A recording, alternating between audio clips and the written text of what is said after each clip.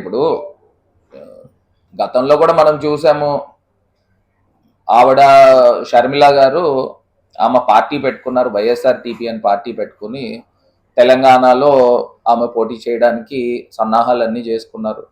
దాని తర్వాత కాంగ్రెస్ పార్టీతో ఏదైతే ఒప్పందం అయిందో ఆ ఒప్పందం ప్రకారంగా ఇప్పుడు కాంగ్రెస్ పార్టీలో చేరి ఆమె పిసిసి కింద ఇక్కడ ఆంధ్రప్రదేశ్ వ్యవహారం చూస్తూ ఉన్నారు. సరే, ఏదేమైనప్పటికీ ప్రజాస్వామ్యంలో ఎవరికి ఏ పార్టీలో అయినా వెళ్ళొచ్చు, ఏ పార్టీ నుంచి అయినా ప్రాతినిధ్యం వహించవచ్చు. సో ఆమె డెసిషన్ తీసుకున్నారు. షర్మిల గారు పిసిసి కాంగ్రెస్ పార్టీలో జాయిన్ అయ్యారు, పిసిసి ప్రెసిడెంట్ కింద ఉన్నారు. సరే, ఏదేమైనప్పటికీ అనేక రాజకీయ పార్టీలు వస్తూ ఉంటాయి, వెళ్తూ ఉంటాయి. ఇవాళ వైఎస్ఆర్ గారు లెగసీ, రాజశేఖర్ రెడ్డి గారు ఏవైతే ఆయన యొక్క ఆశయాలు ఏవైతే ఉన్నాయో అది కేవలము జగన్మోహన్ రెడ్డి గారి ద్వారానే ఇవన్నీ కూడా సాధించుకుంటూ ముందుకు వెళ్తున్నాం. ఆ రోజుల్లో దివంగత మహానేత రాజశేఖర్ రెడ్డి గారు ఏం చెప్పారు? ప్రతి మహిళని లక్షాధికారి చేస్తా అన్నారు. ఇవాళ ఆచరణ సాధ్యంలో జగన్మోహన్ రెడ్డి గారు చేసి చూపించారు. ఇవాళ ప్రతి మహిళని కూడా లక్షాధికారి చేస్తూ ఉన్నారు. మరి రాజశేఖర్ రెడ్డి గారి ఆశయాలని మరి ముందుకు తీసుకువెళ్తుంది జగన్మోహన్ రెడ్డి గారు. కేవలం ఏంటంటే కాంగ్రెస్ పార్టీ షర్మిలారెడ్డి గారిని పక్కన పెడితే, వైఎస్ షర్మిల గారిని, కాంగ్రెస్ పార్టీ నిలువున ఆంధ్రప్రదేశ్ రాష్ట్రాన్ని మోసం చేసిందనేది ప్రతి ఒక్క ఆంధ్రప్రదేశ్ పౌరుడు గుండెల్లో నాటుకుపోయింది. ఇవాళ ఆంధ్రప్రదేశ్ రాష్ట్రాన్ని అన్యాయంగా విభజించి హైదరాబాద్ని తెలంగాణకు అప్పచెప్పి ఆంధ్రప్రదేశ్ రాష్ట్రానికి చేసింది ఏంట్రా అంటే పెద్ద గుడ్డు సున్నా. డెఫిసిట్ ఏదైతే బడ్జెట్తో ఇవాళ ఆంధ్రప్రదేశ్కి రావాల్సింది 22,000 కోట్ల రూపాయలు ఆ రోజు లెక్క కడితే, ఆ రోజు రాష్ట్రం విభజన చేసిన తర్వాత. ఇప్పుడు ప్రత్యేక హోదా నిజంగా రాష్ట్రం విభజించినప్పుడు ప్రత్యేక హోదా అనే అంశంతో ఆయన పొందుపరచచ్చు. ఎందుకు పొందుపరచలేదు కాంగ్రెస్ పార్టీ?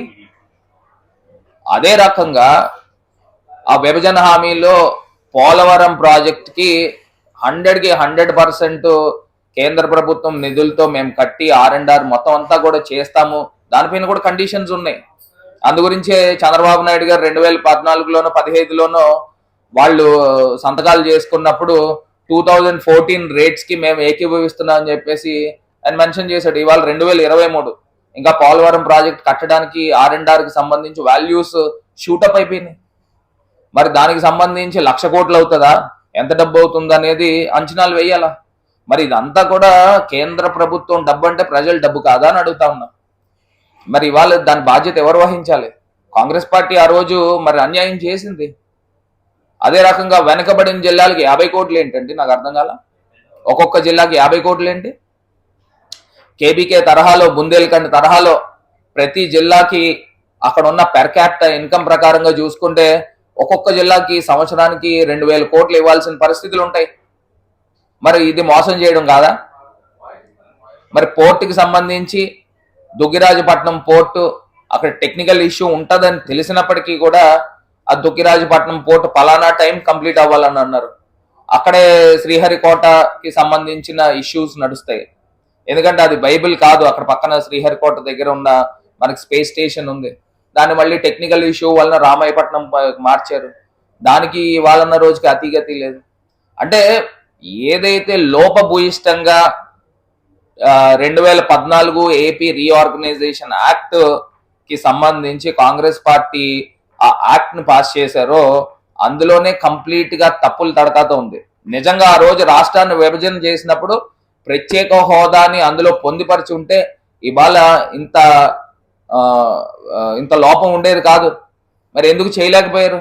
ఇవాళ ఏ ముఖం పెట్టుకుని కాంగ్రెస్ పార్టీ ఆంధ్రప్రదేశ్ రాష్ట్రంలో తిరుగుతారని నేను ఇవాళ సూటిగా ప్రశ్నిస్తున్నా.